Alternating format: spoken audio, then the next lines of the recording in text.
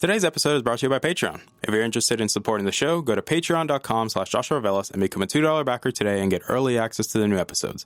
I'll be leaving a link in the description down below, but for now, on to today's episode.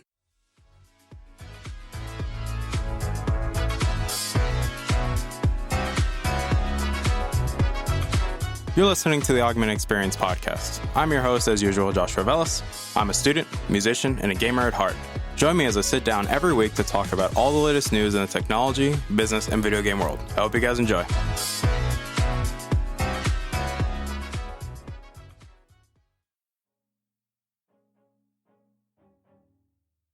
All right, everybody, welcome back to the show. My name is Joshua Velas. I am your host, as usual, and welcome back to the show. Obviously, today's episode 60 of the show, only 40 episodes away until we're at episode 100. And that's I know it's kind of like thinking way far and ahead, but it's also, to me, it's crazy that we're already halfway there to 100 episodes, so that's kind of crazy. And I thank you guys for joining me along in the ride. Today is going to be more of I'm bringing back the whole Rant series because I feel like this is kind of necessary. It's not that I'm per se mad, but it's more of the bringing the question to light with the whole argument with innovation and change. And this is mainly revolving around the whole idea of curved smartphone displays. And I know this is a topic of great contention, especially when we look at how the smartphone market has progressed in these last few years and how everything has kind of ramped up in that aspect. Because it's always, and I will say this very clearly, most modern smartphone reviewers, most of them that are I can't say modern, but most people that are reviewing smartphones nowadays, they always use the criteria of cameras, software, specs, and the display. We're mainly going to focus on the display because this is where this whole argument, and this is kind of like the quote but one of the two quotes I want to keep going back to in this whole discussion is, this is innovation, and innovation is good, and we just have to let companies do their thing. This quote has been thrown around so much that I feel like I kind of agree, and I will reference this video many times in this episode regarding TechAlter's recent video that he did over, 2014 called "It Wants Its Curved Screens Back." And this obviously is a rant video from him talking about curved displays. And it's very interesting because this point is brought up a lot. And to be honest, I just feel like I'm not exactly going the direction that TechAlter went, but I will say that he helped, I'd say, educate me a little bit more and helped not change my opinion or sway it, but more of like show me a different perspective and provide information that most people aren't talking about, that it just sticks out because most people aren't talking about it. So I'm going to give a link to this video in the description so you guys can go check it out and, get a more condensed version of this discussion. And I really want to call this a tech rant due to the fact that I just don't agree with the whole idea of moving the market in this direction that you want every phone to have a curved display. And I get it. There's some that do and there's some that don't. But if you look at it nowadays, finding a flat screen phone is not as easy as it looks. And let me explain. So let's actually ask this question. What benefit does curved smartphone displays get? And besides obviously making the phones look nicer, it also helps with the whole screen to body ratio, which that argument is being brought up a ton. And I'm not joking. I've had discussions on Twitter before, and I know, Josh, you're probably saying, Josh, did you really get into arguments on Twitter? Yes, I do. I'm not going to hide that. But I've had this argument before where they always bring up screen to body ratio, and people are always complaining about screen to body ratio. They hate bezels. They say, oh, we need the display curved around the phone. And I've told people, this is a very, I'd say, not bad way of thinking, but it's more of a flawed. It is flawed. There are flaws in that argument. And it mainly revolves around the whole idea of, innovation is good and we should just let companies do what they do.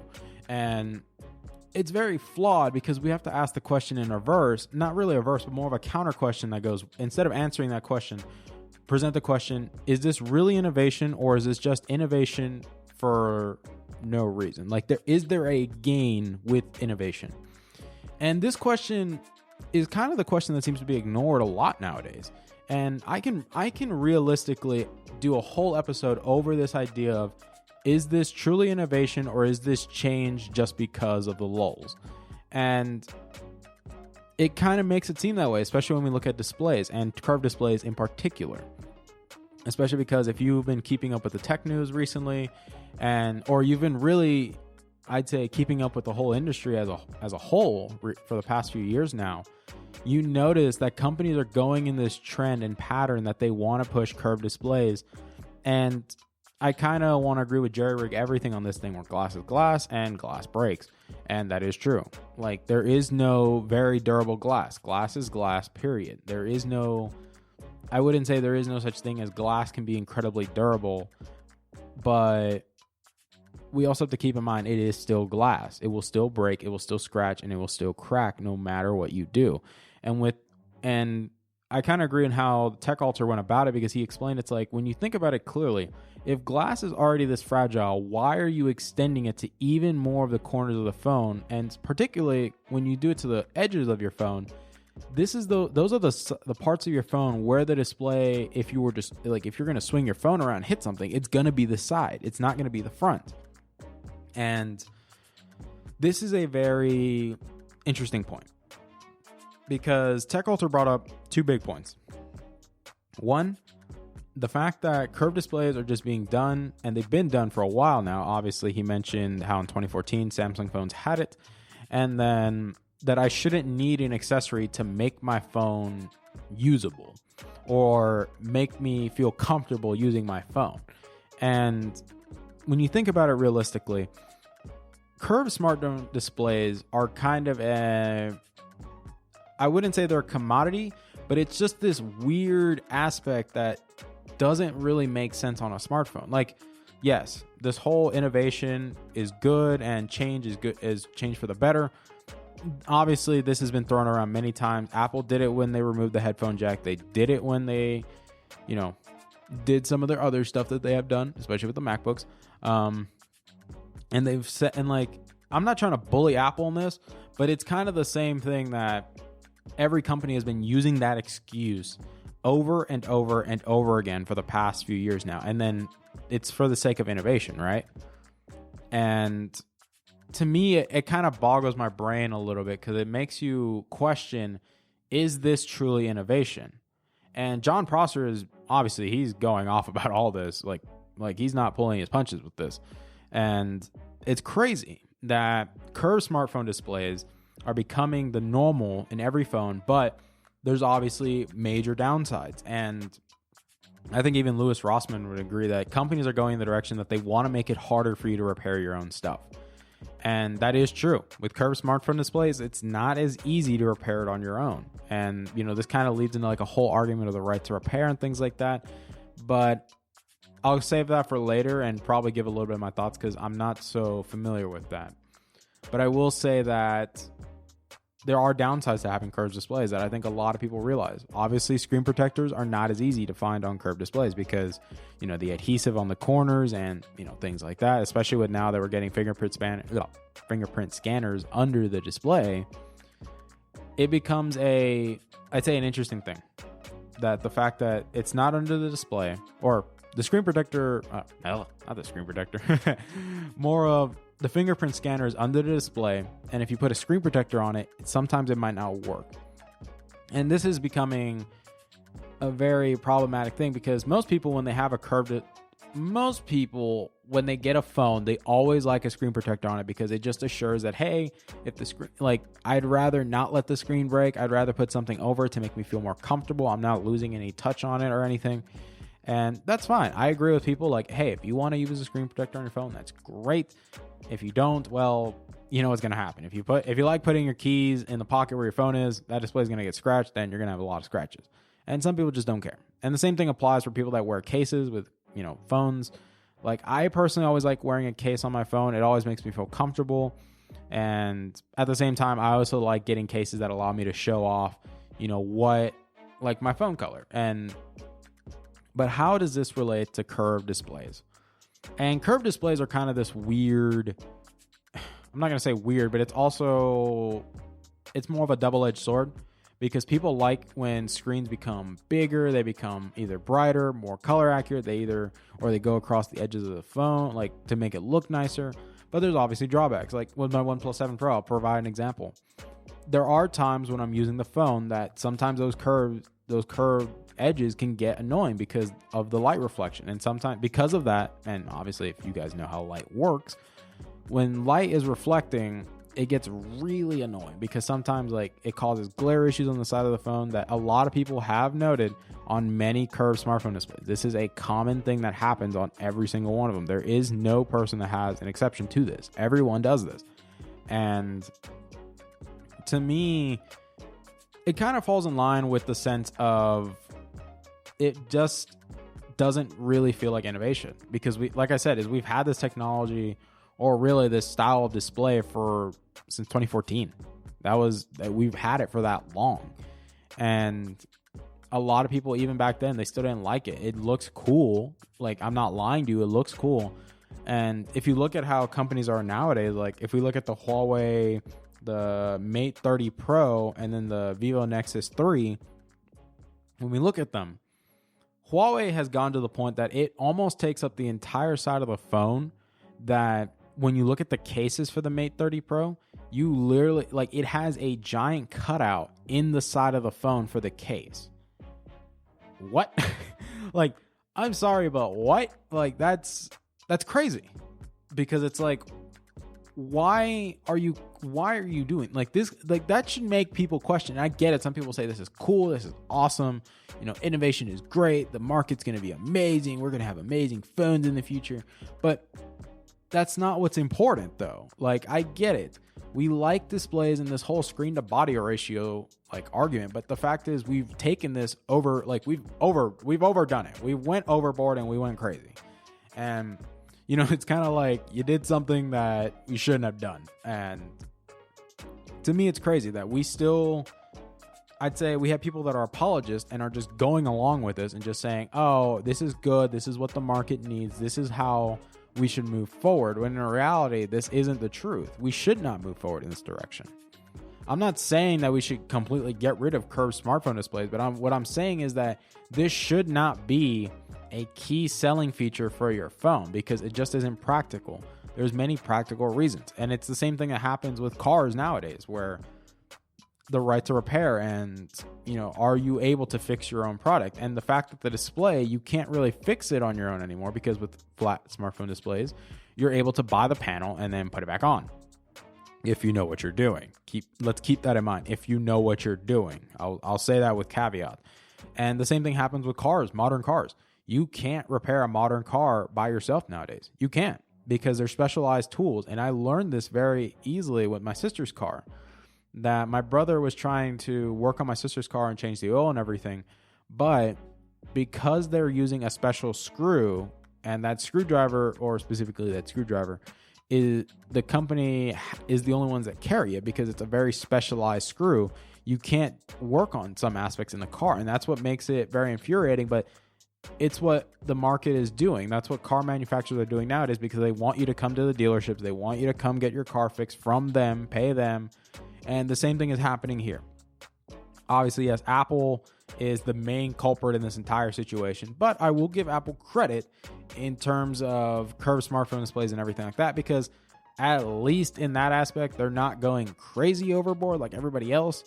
But let's be mindful, like everybody else is just, gone overboard. And I'll use my example. My OnePlus 7 Pro. I've said this before and I'll say it again. I love this phone. This is, even though, yes, I'll be honest with you, camera performance is a B+ at best, I still love this phone due to the fact of what I can do with it and what it provides to me. Like, it is a powerful phone. It's a very great computational device. Very great. Like, even Juan agrees with it. Like, in terms of when we get like laptop covers where we can use our phone as the brain, this is a good phone to use. And the reason it kind of annoys me sometimes is the whole curved display thing, is it gets annoying sometimes. Even though, yes, I haven't cracked my phone. I haven't. I'm being dead serious. I haven't. And I always get jump scares when I'm dropping my phone sometimes. But I always like having a screen protector on. it's hard to find screen protectors for these phones. Like, it's just not easy. It's the same thing that happened when I had my Pixel 2 XL. Even though, yes, it's not a curved display, it still has rounded corners, and that's what makes it hard to get a screen protector. It also doesn't help that there is no first-party screen protectors from Google, but that's a whole different thing. Unless if it's the regular size, because then those are flat, which, keep that in mind. Google sells a flat and a curved display. Keep that in mind. We'll get back to that later. But, I applaud that at least with the older OnePlus phones, like with the older ones, that yes, they were flat and they had minor curves, but OnePlus was selling the screen protectors from them. Like, they actually had the screen protectors as first party, so they actually had them specifically designed for the phone, and they haven't made one for the Pro, which is really annoying. But I feel like I hope they get around to it, because that'd be really nice, because to be honest, I'd rather have the screen protector from them. But the whole curved display argument is I'm not saying it's very one-sided, but what I'm saying is that it almost blurs the line between, is innovation actually good? Like, and it's not even that innovation isn't good. Clearly it is. We've seen how innovation can be great. Obviously, with, if we're using the US as an example, which I know some people question that, like when we sent a man to the moon, that's a good example of innovation and, making actual change that, changed how, it changed the course of history. And right now, there is no actual innovation going on in the smartphone market, especially with displays. There is no innovation. People that try to argue with you, the whole thing with 90 hertz displays, 120 hertz, this is not new. This is old technology. This has been around for years now. It's in computer screens for a reason, guys. Like, this is not new technology. This isn't new. It's new in the aspect that it's been put on a phone, but the technology itself is not new. This has been around for a while. And there's some people that have implemented it even better. Obviously, in terms of displays and gaming monitors, obviously, yes, that's what we would describe as the actual, better version. And Apple's done a great thing too with the iPad Pros and making them variable, natural variable. And that's what's really nice. And it's also good for battery life too, I'll be honest. But I'll be honest with you guys, the whole curved display thing has no benefit. It really doesn't. We really did take the whole screen to body ratio thing way too seriously. And it doesn't help that as people that are, that are into the market, and it's kind of like what Juan talked about too. We always bring it up, that it's people like us that should be leading these discussions with other people and being mindful of what we're saying. And it doesn't help that a lot of the big YouTubers, and I'm not giving names, but that a lot of the big content creators are just allowing this because they're like, innovation is good. And they're treating it as this is the future. They're saying this is how the market should go. And they're saying all these things. And it's just not accurate, because this isn't good for the consumer. And some people say the average consumer. And the reality is, I'll agree with John Prosser. The average consumer does not care about curved displays. They just want what works, what's practical, and what's best for their, best bang for their buck. That's all they care about. And it fits the criteria for what they need it to do. And it's crazy, because we live in a world where, yes, I understand that technology advances really quickly, but we also have to keep in mind that changing something just for the sake of change isn't always good. It isn't. And we've learned this very clearly when it came to the headphone jack and it came to this whole transition to wireless.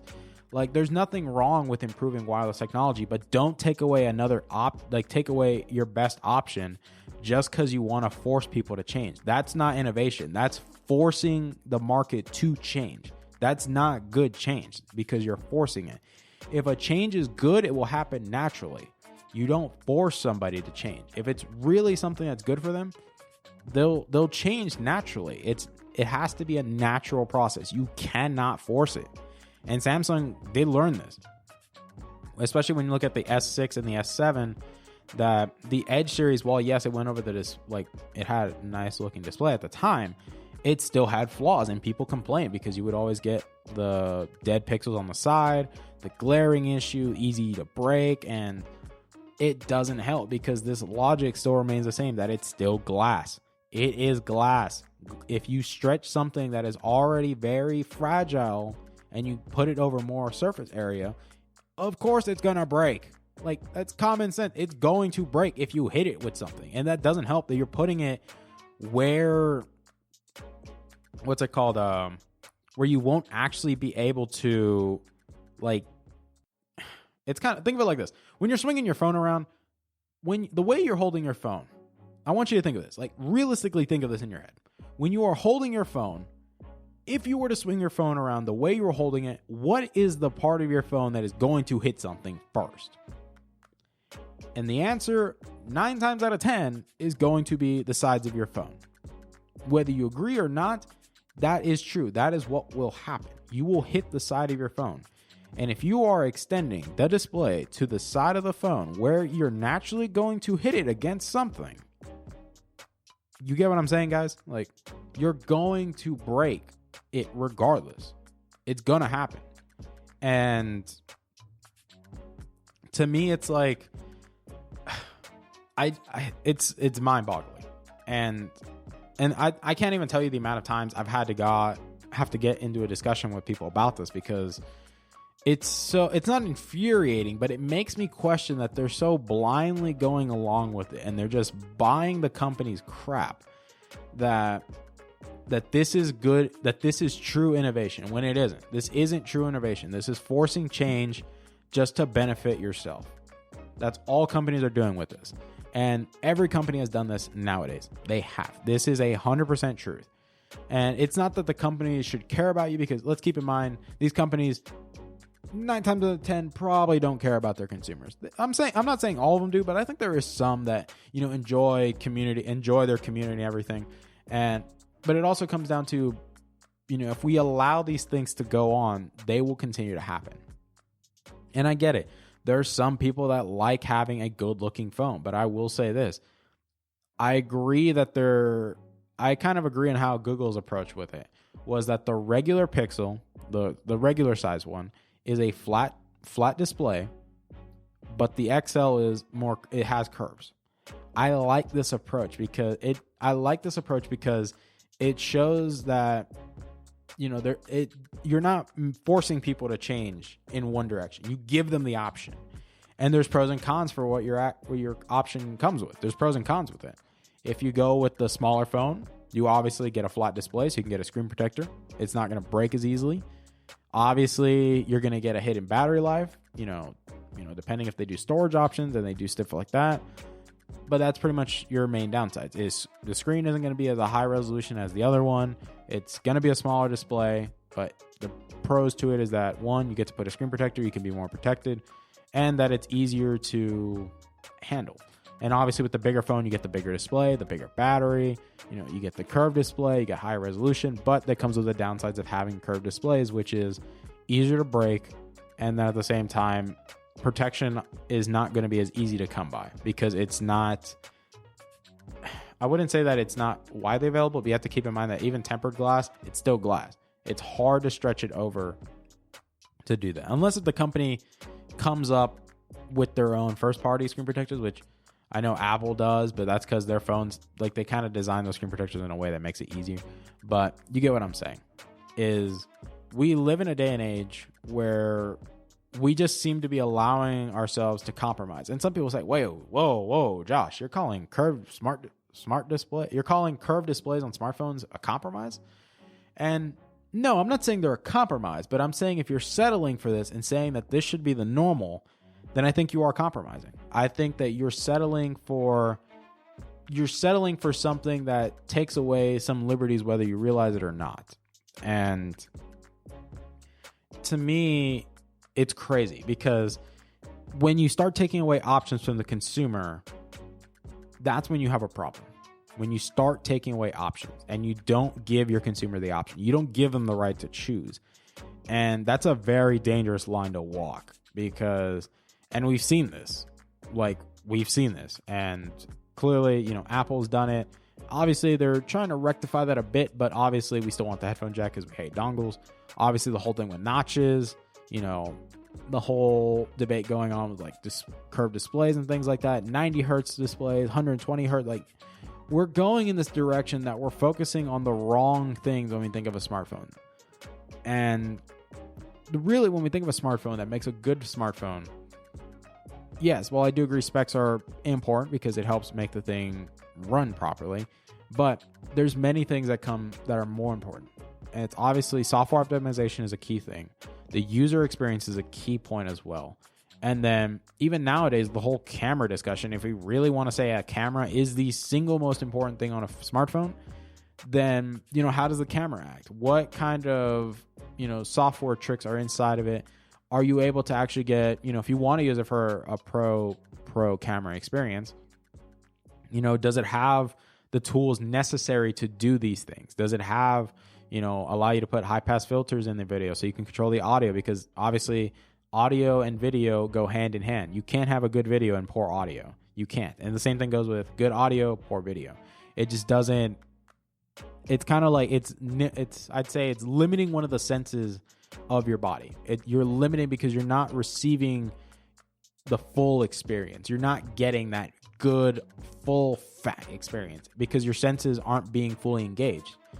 Well, yes, your sense to listen is probably being engaged, but when you're seeing isn't lining up with what you're listening to. And, it throws you off. It gets you distracted. It gets you out of that experience. And it's kind of how I view the whole curved smartphone display thing. That it just makes you numb to what's actually, I wouldn't say good, but it's more like you're numbing your senses just so that you have something that looks cool, rather than something that's reliable and something that you like. It's not saying that you should fix it on your own, but it's more of you're compromising in an area that, it has more drawbacks than benefits. And it's because you focused on the wrong thing. And this isn't saying that if you buy a phone because the display is curved and things like that, that means you're dumb. No, that's not what I'm saying. I'm not even going in that direction. But what I am saying is that you should be mindful of what you're doing and that you should be informed and, understand like the actual pros and cons and, ask yourself, am I really okay with this? Do I really want a curved display? Ask yourself the question, if I didn't have this display, would this change my life? Would this change my experience with the phone? And if the answer is no, then you get what I'm saying? It's as straightforward as that. You ask yourself that question. If I didn't have this feature, would my life be different? And that question can apply to many things in life. That's life advice, really. That applies to life. If I didn't have something, how would this affect my life? And I want you guys to ask yourselves that question, because I'll be honest with you. Yes, when the headphone jack was removed, yes, I agree. I still believe that it was a bad idea to remove it. And the only reason Apple did it was because the deals with Beats and then eventually the AirPods. And, we had all this stuff going that's the main reason why Apple did it. And then everybody else did it because what did they do? They made their own wireless earbuds. It's the exact same formula. These companies are relying on the exact same formula. Whether they want to admit it or not, it's all the same reason. And to me, the whole premise of a curved smartphone display just relies on the fact that you're willing to compromise because, you're essentially making your phone more fragile than what it needs to be. And especially if we're people that like having our phones with us for a long period of time, that's very scary because think about it. And I get it. There's some people that don't care when their phones are completely cracked. And I'll be honest with you guys, if your phone is like so cracked display, please just go get it fixed. Like that's just not a good look. And I get it. Some people say money's tight and things like that. And I completely understand if that's the case. If money's tight, then you have no reason to feel bad. But if you're doing it just because, I don't really care. I have all the money there. I just don't really care.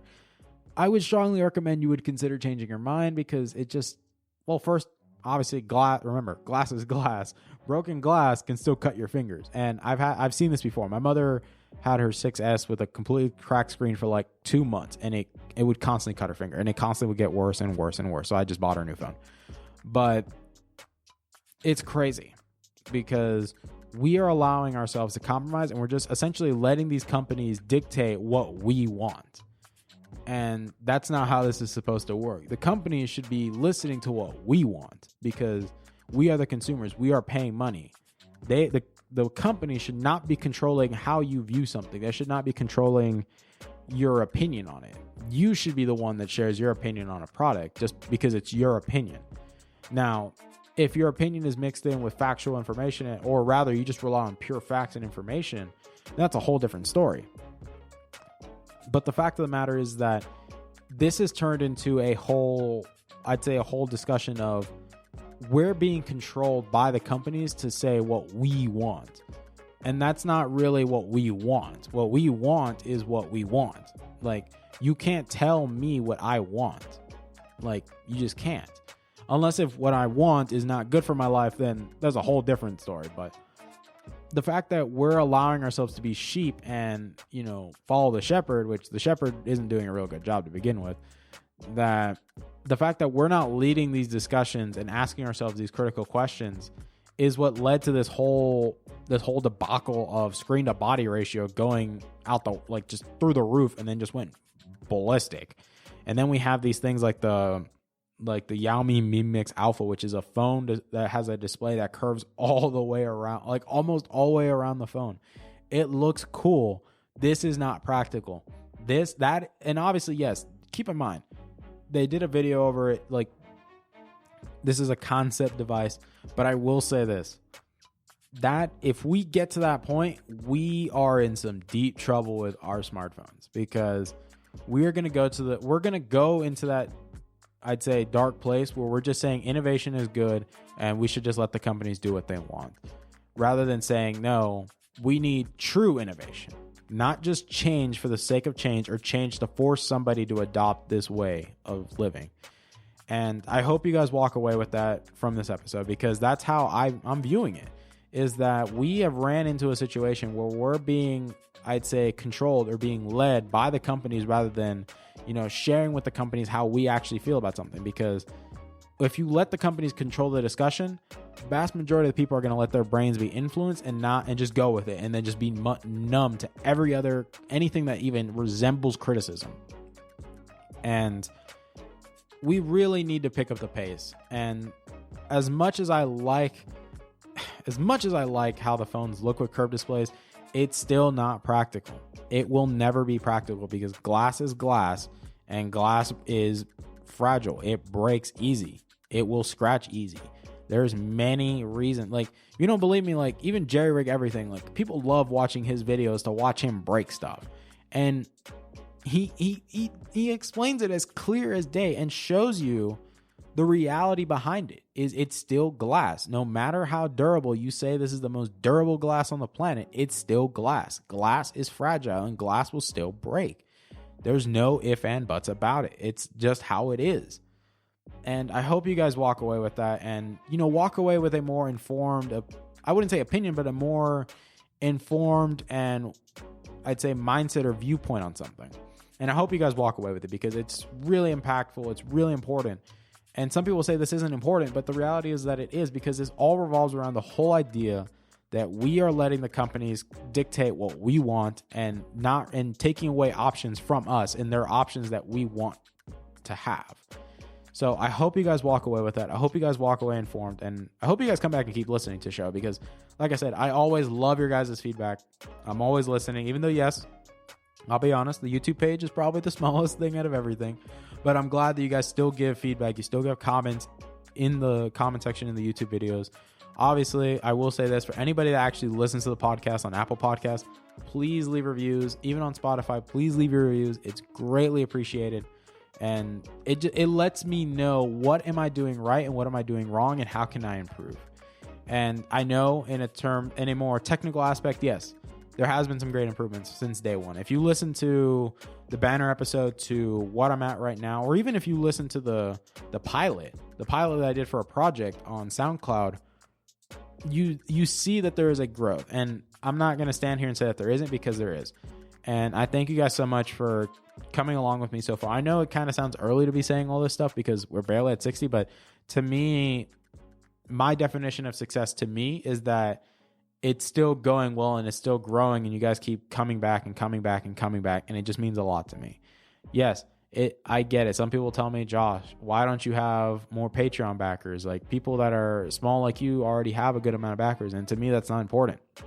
If I'm blessed with the opportunity to have more backers, I'm blessed and I'll greatly accept it. If not, hey, I'll keep doing what I'm doing. That's how this works. And I just love doing this. To me, it's fun. It's fun having these kind of discussions, whether it be with guests or even by myself, and just sharing with you what's on my mind and what I've researched. And to me, it's a blessing, and it's just incredible. And I thank you guys so much for your time, consideration, and just listening and sharing. It really means the world to me, and I love you guys to death for it. So I hope you guys have yourselves a wonderful week. Love you guys. Please take care. I hope you guys have a wonderful week of work. If you have a job, if you're a student, if you have tests this week, good luck. You got this. And for anybody else, if you're just relaxing and traveling this week, I hope you enjoy your travels. I love you guys to death, and I'll see you guys next week. Bye, guys. Hey there. Thank you for listening to today's episode. I really appreciate it. Thank you guys so much for taking time out of your day and listening to today's episode. If you're interested in supporting the show, whether it be financially, clicking the follow button, or just sharing the episode, it all works for me, guys. Thank you guys so much for your time, and I love you guys to death.